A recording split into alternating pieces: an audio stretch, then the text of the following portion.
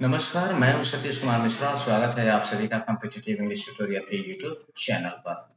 Second round की ई counselling की result आने के बाद और सीट एक्सेप्ट करने के बाद भी कुछ समस्याओं का सामना करना पड़ रहा है।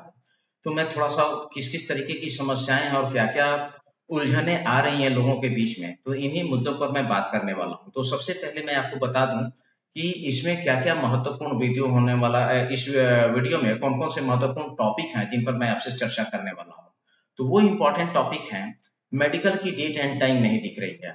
कुछ लोगों को ये नहीं पता चल रहा है जिन्हें फर्स्ट राउंड में भी सीट नहीं मिला था और सेकंड राउंड में सीट तो मिल गया, डॉक्यूमेंट डिटेल्स कहाँ से देखें। इसके अलावा थर्ड राउंड की पॉसिबिलिटी सैनिक स्कूलों में क्या है, एनएसएस के लिए एक्सेप्ट करें या रिकॉन्सिडर करें। अगला पॉइंट है कि जिनकी उम्र अगले साल के लिए समाप्त हो चुकी है, यानी अगले साल वो क्लास 6 में अपीयर नहीं हो सकते हैं, वो क्या करें। उसके बाद सबसे महत्वपूर्ण पॉइंट एक बार ये भी है कि जिनको इस बार एनएसएस में सीट मिल चुकी है लेकिन उम्र अगले साल के लिए भी बची है, वो क्या करें। हम इस पर भी थोड़ी सी चर्चा करने वाले हैं। और मोस्ट इंपॉर्टेंट, इस वीडियो का सबसे इंपॉर्टेंट पॉइंट, जिनको अगले साल पहली बार आरएमएस हो, सैनिक स्कूल हो या आरके मिशन देवघर हो, इसमें जो पहली बार अगले साल परीक्षा में शामिल होने वाले हैं, उनको क्या करना चाहिए। और इन सारे मुद्दों पर मैं आपसे बात करूं उससे पहले एक जरूरी सूचना आपको देना चाहता हूं। इस वीडियो में स्क्रीन पर आपको मेरा व्हाट्सएप नंबर दिखेगा और डिस्क्रिप्शन में व्हाट्सएप का मैं लिंक भी डाल दूंगा। आप जब उस लिंक पर क्लिक करेंगे तो आपका व्हाट्सएप ओपन करेगा और ओपन होगा और उसमें आप जाकर के ग्रुप ज्वाइन कर सकते हैं। ये ग्रुप क्यों ज्वाइन करना है, ताकि कई बार ऐसा होता है कि सूचनाएं बड़ी छोटी होती है और जिस वक्त हमारे पास पहुंचती हैं उस जगह हम वीडियो बनाने की स्थिति में नहीं होते हैं। और वीडियो बनाना, अपलोड करना एक जटिल प्रक्रिया भी है, टाइम टेकिंग प्रोसेस है, बड़ी सावधानी रखनी पड़ती है उस चीज में। तो कई बार छोटी इंपॉर्टेंट इंफॉर्मेशन छोटी होते हुए भी बहुत इंपॉर्टेंट होती है। यदि आप ग्रुप में जुड़े हुए हैं तो उससे रिलेटेड सूचना आप लोग को व्हाट्सएप के माध्यम से हम पहले शेयर कर दें, ताकि छोटी होते हुए भी आपकी जागरूकता बन जाए और आपको वह सूचना मिल जाए और उसके अकॉर्डिंगली बहुत सारी क्वेरीज हो सकती है। कई बार ऐसा भी हो सकता है कि आपके मन में कई सारे सवाल आते हैं तो आप यूट्यूब के वीडियो कमेंट में करते हैं, बहुत अच्छी बात है, लेकिन व्हाट्सएप के जरिए भी अगर आप कर दें तो कई बार होता है कि हम ऐसे परिस्थिति में होते हैं जहां ना तो यूट्यूब देख रहे होते हैं ना व्हाट्सएप देख रहे होते हैं, लेकिन जब निश्चिंत होते हैं तो उस जगह लोगों को किस किस तरीके की क्या क्या समस्याएं हैं उसको पर्याप्त रूप से एक बार देखने का, समझने का और उनको उचित मार्गदर्शन या सलाह देने का एक मौका होता है और हम उसको रिप्लाई भी करते हैं। तो आप दिए गए लिंक और दिए गए नंबर पर ज्वाइन कर सकते हैं। उस पर कभी समय आएगा, समय के अनुसार बच्चों के लिए पीडीएफ, आवश्यक जरूरी सूचना और टिप्स वगैरह ये सारी चीजें आपको मिलेंगी। तो आप इस व्हाट्सएप को ज्वाइन करें। हाँ, कॉल कभी भी सुबह के समय में ना करें, सुबह के 10 बजे तक में कॉल ना करें। जब भी कॉल करना हो तो आप 10 बजे के बाद कर सकते हैं और फिर रात्रि 9 बजे के बाद ना करें। तो 10 बजे से, सुबह 10 बजे से रात्रि 9 बजे तक आप उस पर बात कर सकते हैं। अब हम बात करते हैं कि मेडिकल की डेट और टाइमिंग कहाँ दिखेगी। बहुत सारे लोगों को ये नहीं पता है, तो चलिए मैं बता देता हूँ। जैसे ही आप, इसके लिए मैं आपको लिए चलता हूँ अपने कंप्यूटर स्क्रीन पर। तो मैंने अपना गूगल क्रोम पहले से खोल करके रखा है और ये देखेंगे ई काउंसलिंग का जो शेड्यूल वाला पोर्टल है, ये इस पोर्टल पर आप जाते हैं तो दूसरे नंबर पर यहाँ दिया हुआ है 13/4 से 18/4/23 तक आप एक्सेप्ट और करने का समय दिया गया है। तो जिनको भी अभी तक नहीं दिख रहा है, या तो 24 घंटे से 36 घंटे में यह डिस्प्ले हो जाएगा, नहीं तो वर्किंग आवर, संडे छोड़ दीजिए, वर्किंग आवर में दिए गए स्कूल के साइट पर आप बात करते हुए वहां से ये कर सकते हैं। और अब ये साइट आपको कहां से मिलेगा, तो आप जैसे यहाँ स्कूल इंफॉर्मेशन में जाएंगे तो स्कूल इंफॉर्मेशन वाले साइट पर जब आप यहाँ क्लिक करेंगे तो सभी स्कूलों की लिस्ट और उनके कॉन्टैक्ट नंबर आपको यहाँ से मिल जाएंगे। दूसरा, कुछ लोगों को ये जानना था कि डॉक्यूमेंट कहाँ से मिलेगा, तो आप ये देखिए, मैंने उस चीज को ऑलरेडी ओपन किया हुआ है। यहाँ आप जब आते हैं, सॉरी, तो यहाँ आप देखिए होम के नीचे आपको दिख रहा है काउंसलिंग प्रोसेस। इस काउंसलिंग प्रोसेस को जब आप क्लिक करते हैं तो आपको नीचे लिस्ट ऑफ डॉक्यूमेंट्स दिख रहा है। इस लिस्ट ऑफ डॉक्यूमेंट्स को जब आप क्लिक करेंगे तो आपके सामने एक विकल्प यहाँ पर देखिए दिखा रहा है। ये सारे आपके सामने डॉक्यूमेंट्स आ जाते हैं और ये जहां भी ग्रीन से एरो वाला जो क्रसर ले जाने पर ब्लैक हो जा रहा है, इस पर आप क्लिक करेंगे तो वो डाउनलोड हो जाएगा। ये सारे पेपर्स को डाउनलोड करके इसके अकॉर्डिंग आपको डॉक्यूमेंट तैयार कर लेना है। तो ये हो गई उसकी बात। अब हम बात कर लेते हैं तीसरी जो सबसे महत्वपूर्ण मुद्दा है, उसकी अब हम बात करते हैं। तो चलिए अब उसकी बात करने के लिए मैं आपको बताऊं कि थर्ड राउंड में सैनिक स्कूलों में सीटों की क्या पॉसिबिलिटी होगी। क्या सैनिक स्कूलों में थर्ड राउंड की संभावना है? तो मैं आपको एक चीज बता दूं कि निश्चित रूप से सैनिक स्कूल में थर्ड राउंड भी होगा। क्यों? भले ही इस बार 1100 सीट के लिए अभी अप्लाई हो रहा है, लेकिन 10% वे बच्चे जो मेडिकली अनफिट होंगे उनके लिए एक बार फिर से जो सीट वैकेंट होगा वो थर्ड राउंड में जाएगा। तो एग्जिस्टिंग सैनिक स्कूलों में भी थर्ड राउंड, अगर ऐसा हो गया कि एक भी सीट खाली ना हो तो ये तो बहुत बड़ा चमत्कार हो जाएगा। लेकिन ऐसा नहीं होता है। 10% सीट मेडिकल अनफिट का होगा ही। जिनका मेडिकल अभी तक नहीं हुआ उनके बारे में हम क्या कह सकते हैं। तो थर्ड राउंड में अब सवाल है कि थर्ड राउंड में किनको सीट मिलेगी।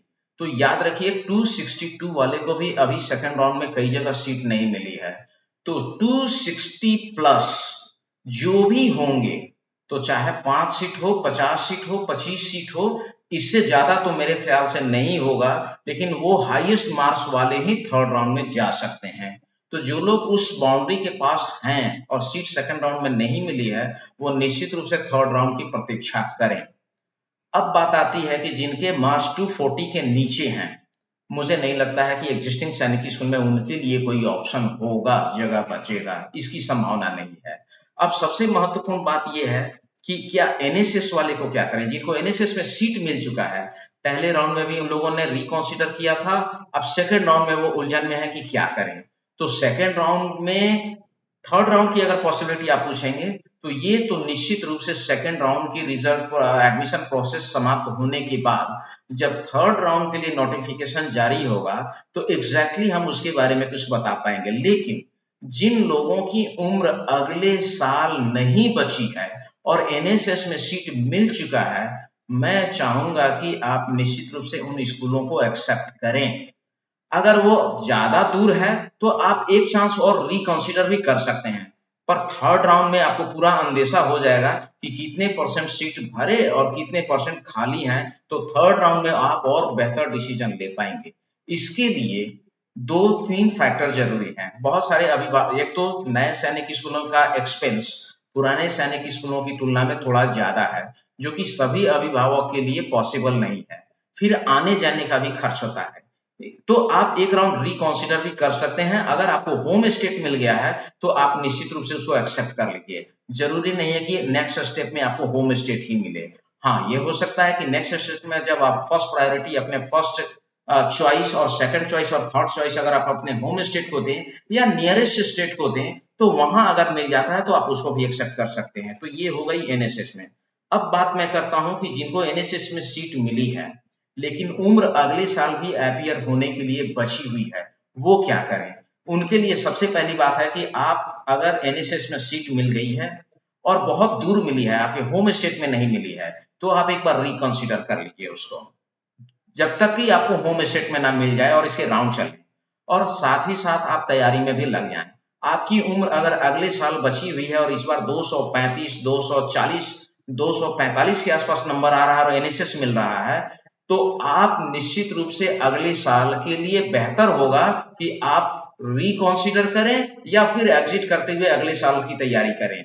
40 नंबर अगर आप और अगले साल मेहनत करके 9 महीना जोड़ लेते हैं तो अगले साल नए सैनिक स्कूल की बात छोड़ दीजिए, एग्जिस्टिंग सैनिक स्कूल मिलने से कोई नहीं रोक पाएगा। वैसे अभिभावक जो बहुत ही वेल एजुकेटेड हैं और अपने बच्चे को केयर कर सकते हैं, मैं उनके लिए भी सलाह दूंगा। कल मेरी बात पटना के एक अभिभावक से हो रही थी, तो उन्होंने भी बताया कि फर्स्ट राउंड में उनके बच्चे को 240 नंबर आया और उनको एनएसएस मिल चुका है। फर्स्ट राउंड में भी मिला था, उन्होंने रिकंसिडर किया था। सेकंड राउंड में मिला है, उन्होंने फिर ये डिसाइड नहीं कर पा रहे हैं कि एक्सेप्ट करें या रिकंसिडर करें। और बच्चे की उम्र है अभी 10 वर्ष 5 महीना या 3 महीना, तो उनके बच्चे के लिए अगले साल भी अभी समय है। मैंने उनको सलाह दिया कि आप अगले साल की तैयारी कराइए। बिना किसी कोचिंग के और केवल अपने अनुभव के आधार पर अगर इतना नंबर आया तो बहुत अच्छी बात है। और वैसे पेरेंट्स बहुत लकी हैं, वो लोग गाइड कर सकते हैं, जहां जरूरत हो वो हमारी सलाह भी ले सकते हैं।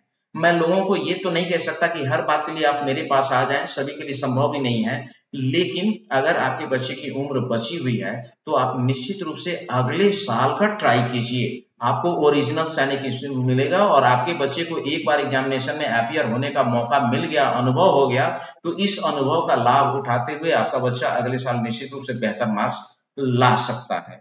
तो जिनकी उम्र बची है वो निश्चित रूप से, मतलब उम्र बचने से मतलब अगले वर्ष के लिए भी अपीयरिंग मौका है। तो आप अभी इस राउंड में रिकॉन्सिडर कर सकते हैं। अगर नेक्स्ट राउंड में आपको होम स्टेट मिल जाए और आपको कॉन्फिडेंस नहीं कि पता नहीं अगले साल होगा या नहीं होगा, तो आप होम स्टेट को एक्सेप्ट कर लें। लेकिन अगर उम्र बची हो तो एक बार और मेहनत कीजिए, नए सैनिक स्कूल के बजाय आपको ओरिजिनल सैनिक स्कूल में भी सीट मिल जाएगा। अब सबसे महत्वपूर्ण बात है कि वे बच्चे जो पहली बार अगले साल बैठेंगे, तो आप तो बिल्कुल अभी से लग जाइए तैयारी में, क्योंकि आपके लिए अप्रैल टू दिसंबर अगर जोड़ लें तो मात्र 9 महीना समय है और जनवरी फर्स्ट संडे को ये एग्जाम होता है सैनिक स्कूल का अमूमन। तो आप निश्चित रूप से अभी से लग जाइए और आपके लिए एक दिन, एक घंटा, एक क्षण भी बर्बाद करने वाला नहीं है। और वो लोग भी, वे अभिभावक भी मेरे व्हाट्सएप ग्रुप को जरूर ज्वाइन करें, ताकि अगले साल का भरपूर लाभ और अभी से मार्गदर्शन। आज आप पूछ रहे हैं कि सर इतना कटअप पर कहीं होगा या नहीं होगा, और इस कटअप की चिंता से अगर निकलनी है तो ईमानदारी पूर्वक तैयारी में अभी से जुड़ जाएं। ईमानदारी पूर्वक तैयारी और स्ट्रेटजी बना करके आप तैयारी कीजिए, तो नेक्स्ट ईयर अगर आप मार्क्स अच्छे लाते हैं तो फिर आपको नए सैनिक स्कूलों की बात की चिंता करने की जरूरत कहाँ है। वे बच्चे जो 270 प्लस स्कोर करेंगे उनको कटअप के बारे में सोचने की जरूरत नहीं है। ऑल ओवर इंडिया के जितने एग्जिस्टिंग सैनिक स्कूल है उसमें कहीं ना कहीं उनको मौका मिल जाएगा। चिंता उनको करने की जरूरत पड़ रही है जो 270 के नीचे हैं। आप 280 लाइए, 285 लाइए, और ये लाना बहुत बड़ी बात नहीं है। हाँ, बशर्ते आपके पास बेहतर मार्गदर्शन देने वाले या तो संस्थान हो, या आपके शिक्षक हो, या फिर आप हमसे काउंसलिंग करते रहिए, आप मार्गदर्शन लेते रहिए। हमारी इसी के लिए हमने व्हाट्सएप ग्रुप क्रिएट किया है कि आप शुरू से अगर मार्गदर्शन में चलेंगे तो सफलता बड़ी आराम से मिल जाएगी और विदाउट एनी प्रॉब्लम। तो लास्ट में कट ऑफ का टेंशन उनको नहीं होगा। ये कट ऑफ का टेंशन उनको हो रहा है जिनके मार्क्स 265 के नीचे हैं। 265 वाले को पहले राउंड, जो बच गए उनको सेकंड राउंड, उसके बाद भी जो बच जाएंगे उनको सेकंड राउंड में, थर्ड राउंड में मिल जाएगा। उसके नीचे वाले 260 के नीचे वाले के लिए तो बड़ा टेंशन है। तो ये मान के चलिए कि आपको तैयारी तो पुरजोर करनी पड़ेगी। आज के लिए इतना ही। यदि और भी कुछ आता है तो आप लोग के बीच में मैं तुरंत उस वीडियो को लेकर के आऊंगा। तब तक के लिए धन्यवाद।